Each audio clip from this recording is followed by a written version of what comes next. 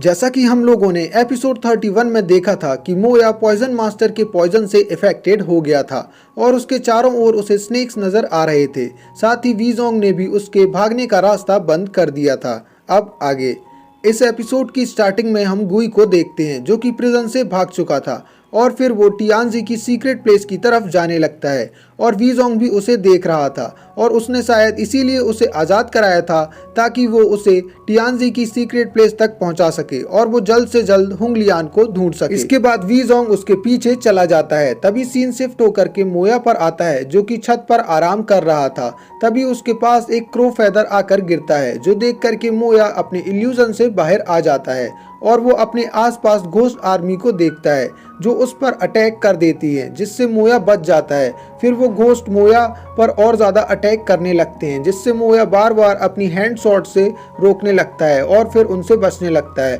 पर तभी उसे क्राउन प्रिंस की आवाज़ आती है जो कि हेल्प मांग रहा था, जिसे देख करके मोया उसके पास जाता है लेकिन तभी उसके ऊपर घोस्ट आर्मी अटैक कर देती है और उसके पैर को एक ज़ॉम्बी पकड़ लेता है। लेकिन हैरानी की बात यह थी कि भले ही मोया सोच रहा था कि वो इल्यूजन से बाहर निकल चुका है लेकिन अभी वो इल्यूजन में ही फंसा हुआ था जबकि उसके आसपास कोई भी घोस्ट आर्मी नहीं थी। तभी उसके पास स्नेक लॉर्ड आ जाता है जो उससे कहता है कि अब तुम इस मायाजाल से कभी भी नहीं निकल पाओगे और आज यहाँ तुम मेरे हाथों मारे जाओगे। फिर वाई डुआंग उस पर अटैक करने ही वाला था लेकिन तभी अचानक सीन शिफ्ट होकर के चैंग पर आ जाता है जो पंछियों को मैंसन के अंदर जाता देखकर समझ जाता है कि वॉल और गेट पर लगा हुआ पॉइजन ट्रैप अब पूरी तरीके से खत्म हो चुका है, इसलिए वो अंदर जा सकता है। इसके बाद सीन शिफ्ट होकर के जनरल पर आ जाता है जो कि एम्परर के पैलेस में गार्ड्स को तैनात कर रहा था, जो देखकर वहां खड़ा हान यू उसका थैंक्स करने लगता है। फिर तभी वहां पर हान फे भी आ जाता है जो प्राइम मिनिस्टर हान यू और जनरल से अकेले में बात करने के लिए पूछता है। फिर सीन शिफ्ट होकर के क्राउन प्रिंस के मेंशन पर आ जाता है जहां बहुत सारे ज़ॉम्बीज घूम रहे थे, पर तभी उन ज़ॉम्बीज पर चैंग तीरों की बारिश करने लगता है और वहां मौजूद हर एक ज़ॉम्बी को चुन चुन कर अपना शिकार बनाता है और फिर वो अपने एक तीर से बाहर खड़े सोल्जर्स को सिग्नल भेजता है कि अब वो लोग मेंशन के अंदर आ सकते हैं। फिर वो सोल्जर्स मेंशन के अंदर घुसने लगते हैं। सीन शिफ्ट होकर के हान फे और उन तीनों पर आ जाता है जहां जनरल उससे सीक्रेटली बात करने का रीजन पूछता है, जिस पर हान फे बताता है कि ये मैटर बहुत ही ज्यादा सीरियस है और इसीलिए उसे इसमें इन तीनों की मदद चाहिए क्योंकि ये डायरेक्टली क्राउन प्रिंस से रिलेटेड है और चूंकि अभी क्राउन प्रिंस टियानजी के कब्जे में है और उनकी जान कभी भी जा सकती है और साथ ही एम्परर ने भी किसी से भी मिलने से मना कर दिया है और वो बीमार भी पड़ चुके हैं और इससे हान स्टेट के लोगों में पूरी तरीके से दहशत फैल चुकी है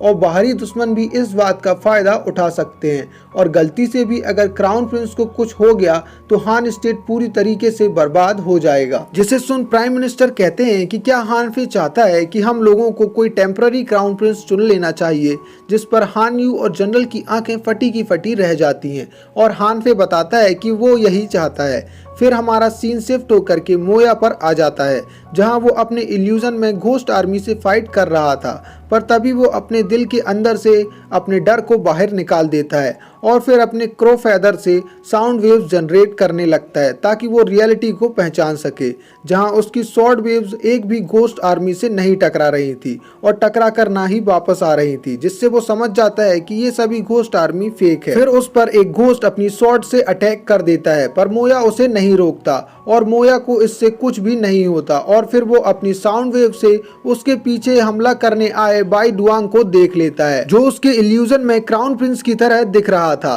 पर फिर भी वो उसे मारने लगता है और उसके सारे दांत तोड़ देता है और फिर वो उसे बुरी तरीके से यहाँ से वहाँ फेंकने लगता है और रियलिटी में सब कुछ वाई डुआंग के साथ हो रहा था। फिर वो वाई डुआंग से कहता है कि समझदारी दिखाओ और उसे यहाँ से जाने दो, जिस पर वाई डुआंग उससे पूछता है कि आखिरकार तुम मेरे इल्यूजन से कैसे बाहर आ गए। तो फिर वो उसे बताता है कि मैं अपने इको टेक्निक की मदद से बाहर आ चुका हूँ। लेकिन फिर इसके बाद वाई डुआंग अपनी पावर्स की मदद से मोया के सामने से गायब हो जाता है और फिर हम देखते हैं कि मेंशन का हॉल का गेट भी ओपन हो चुका है जिससे मोया बाहर जाने लगता है। सीन शिफ्ट होकर के जनरल पर आ जाता है जो कि हानफे की किसी और को टेम्पररी क्राउन प्रिंस बनाने की बात से बिल्कुल असहमत था। फिर प्राइम मिनिस्टर जनरल को समझाते हैं कि ये मैटर बहुत ही ज़्यादा सेंसिटिव है और अगर राजगद्दी पर बैठने वाला ही नहीं होगा तो बाहरी स्टेट उन पर अटैक कर सकते हैं और हानफे की इस बात को लेकर के एम्परर भी पक्का सहमत हो जाएंगे। फिर हानफे कहता है कि भले ही क्राउन प्रिंस अभी जिंदा हो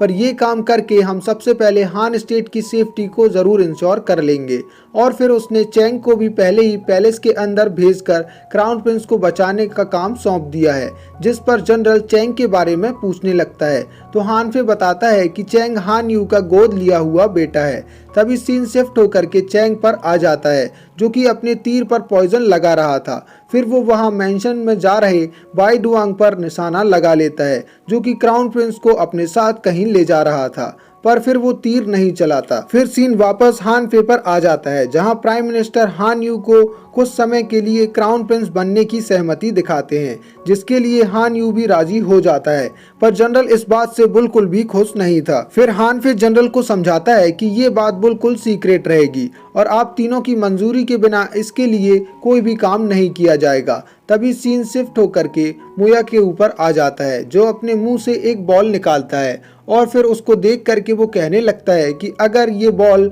मेरे अंदर के ज़्यादातर पॉइजन को ना सोखती तो आज वो बाई डुआंग के पॉइजन से नहीं बच पाता और वो पक्का उसके हाथों से मारा जाता। फिर वो मेंशन में देखता है जहां पर उसे बहुत सारे सोल्जर्स दिखाई देते हैं जो कि एक एक करके वहां खड़े हर एक ज़ॉम्बीज़ को मार रहे थे। फिर वो वहां पर चैंग को भी देखता है जो कि किसी का पीछा कर रहा था, लेकिन तभी चैंग भी उसे देख लेता है, लेकिन चैंग उस पर ध्यान ना देते हुए आगे निकल जाता है। फिर मोया बाई डुआंग को देखता है जो कि क्राउन प्रिंस को ले जा रहा था और फिर वो सोचता है कि उसे बाई डुआंग को अभी पकड़ लेना चाहिए, लेकिन जैसे ही वो आगे बढ़ने वाला था उसकी बॉडी जवाब दे जाती है क्योंकि बाई डुआंग से फाइट करते हुए उसकी काफ़ी बॉडी डैमेज हो चुकी है। पर तभी वहां पर बाई फेंग आ जाता है जिसे देख करके मोया थोड़ा खुश होता है और बाई फेंग से पूछता है कि क्या वो इतना तेज है कि वो क्राउन प्रिंस को बचा सके, जिस पर बाई फेंग हाँ में जवाब देता है। तो फिर वो कहता है कि जल्दी से जा करके बाई डुआंग को रोको, इससे पहले वो क्राउन प्रिंस को मार दे, जिसके लिए बाई फेंग तैयार हो जाता है